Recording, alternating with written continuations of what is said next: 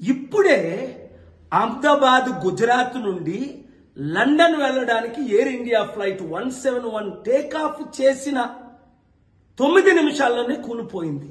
వెంటనే స్మోక్స్.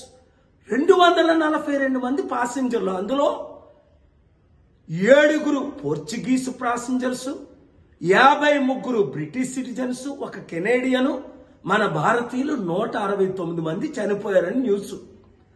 అసలు మరి ఫ్లైట్ క్రూ కూడా చనిపోయారు కదా. ఎక్కడ సెక్యూరిటీ ల్యాప్స్ అయింది? నాకేమనిపిస్తుందంటే ఇది టెర్రరిస్ట్ అటాకే అని.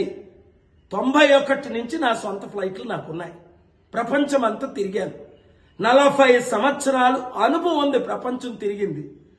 ఏమవుతుంది? ఎక్స్ట్రీమిస్ట్ ఎందుకు ఇది చేస్తున్నారు? ఒక్కసారి ఆలోచించాలా. మనం ఏం చేసినప్పటికీ అవన్నీ పొలిటికల్ ఇన్వెస్టిగేషన్ చేయాలి, లీగల్ ఇన్వెస్టిగేషన్ చేయాలి, ఆల్ కైండ్ ఆఫ్ ఇన్వెస్టిగేషన్ చేసి తీరాలి. కల్ప్రిట్స్ ను పట్టుకోవాలి. ఎందుకంటే 650 మీటర్లు అంటున్నారు. అంటే ఒకవేళ చెకింగ్ బ్యాగులు కాకుండా బ్యాగేజ్ ప్యాక్ చేసి పంపిస్తారే ముందే, చెక్డ్ బ్యాగేజెస్ అని, అందులో ఏమైనా బాంబులు పెట్టి 500-600 మీటర్లకు వెళ్ళగానే ఇక్కడ ఏమైనా రిమోట్ కంట్రోల్తో నొక్కారా?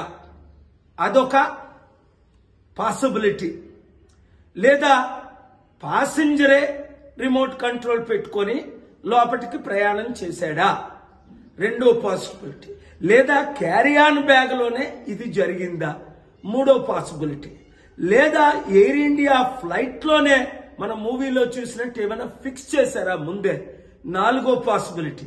ఇదైతే న్యాచురల్ యాక్సిడెంట్ గా నాకు అనిపించట్లేదు. నేను ఇన్వెస్టిగేషన్ ఆఫీసర్ కాదు.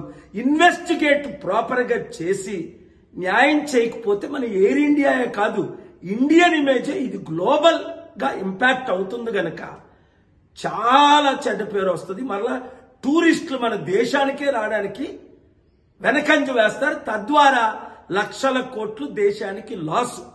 అందుకే నేను ఇచ్చిన సలహాలు తీసుకుంటే ప్రపంచం అంతా తీసుకుంటారు, మన దేశస్తులు తీసుకోరు. ఇవన్నీ జరగకుండా ఉండాలి అంటే ఏం చేయాలో? ప్రపంచంలో నాకున్న అనుభవం ఇంకొకరికి లేదు కదా.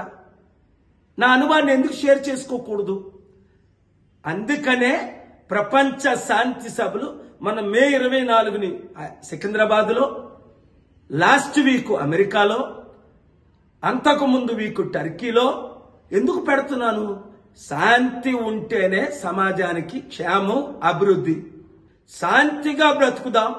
హిందూ, ముస్లిం, క్రిస్టియన్ ఈ కల్లోల గొడవలు మనకొద్దు. మనం అందరం భారతీయులు.